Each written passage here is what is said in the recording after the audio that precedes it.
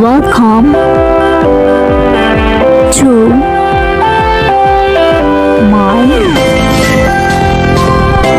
YouTube channel, Miss Isay Accountage TV. Like, follow, and subscribe. And click the notification bell for more. Graham balls. Ingredients: 2 packs Graham biscuits, 1 pack crushed grahams, and 2 cans Jersey condensed creamer. Hi guys! Magandang umaga po sa ating lahat. Welcome back to my channel again, Miss Isay Accountage TV. So today, my vlog is about paggawa ng munchkin or Graham balls. So yung gagawin ko po ngayon is an ordinary munchkin. And makikita niyo naman ng my previous vlogs, gumawa na din ako ng munchkin, pero Choco Bravo munchkin yun. Yun yung special flavor ng isang munchkin ko. So this time naman is ordinary munchkin na muna yung gagawin natin. So hindi ito masyadong matamis para iwas sa diabetes. So yung main ingredients na pala natin ngayon is here 2 packs of Graham biscuits and 1 pack ng crushed grahams for my coating and 2 condensed creamer. Yung pinili ko is yung Jersey sweetened condensed creamer with 390 grams each can. So yan yung pinaka main ingredients natin para sa ating Graham's balls or munchkin.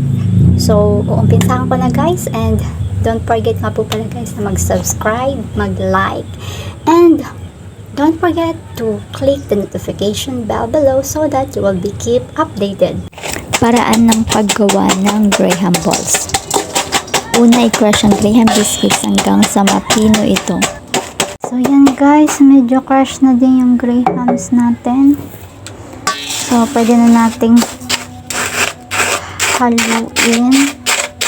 ihalo yung condensed creamer na Jersey. Ihalo ang Jersey sweetened condensed creamers hanggang sa makabuo ng Graham balls mixture. So yan guys, after 5 minutes ay na-mix ko ang ating main ingredients na Graham biscuits at Jersey condensed creamer. Actually guys, isang can lang ng Jersey sweetened condensed creamer, konting bawas nito yung nagamit kong Jersey condensed creamer. So hindi talaga 2 cans, sakto naman siya. Tsaka creamy naman din yung ano niya, sakto lang sa 2 pack ng Graham's biscuit. Tapos dinagdagan ko ng konting crushed Graham's biscuits din. Pangatlo, bumuo ng Graham ball size. Pang-apat, i-coat ang mga nabilog na Graham balls sa crushed grahams.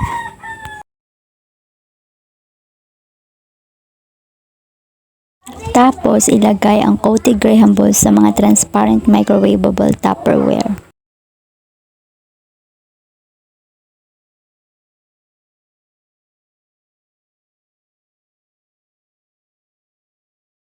So, yan guys, I made only 1, 2, 3, 4 trays and 7 munchkins. So all in all, I made 107 Graham balls.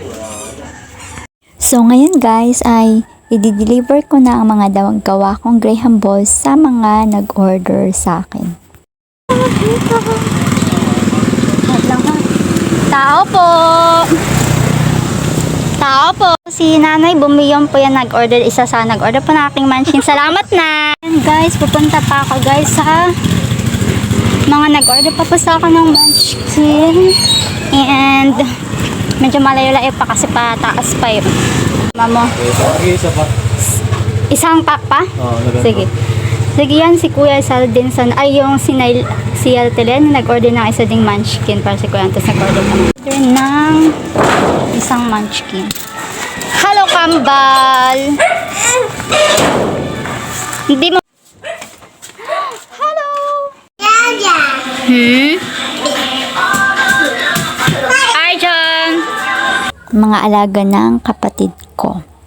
Nag-order kasi siya ng isang pack ng Graham balls. So, thank you God dahil na-meet ko rin yung mga orders sa akin. At maraming salamat din sa mga nag-order sa uulitin. Thank you for watching. See you on my next vlog.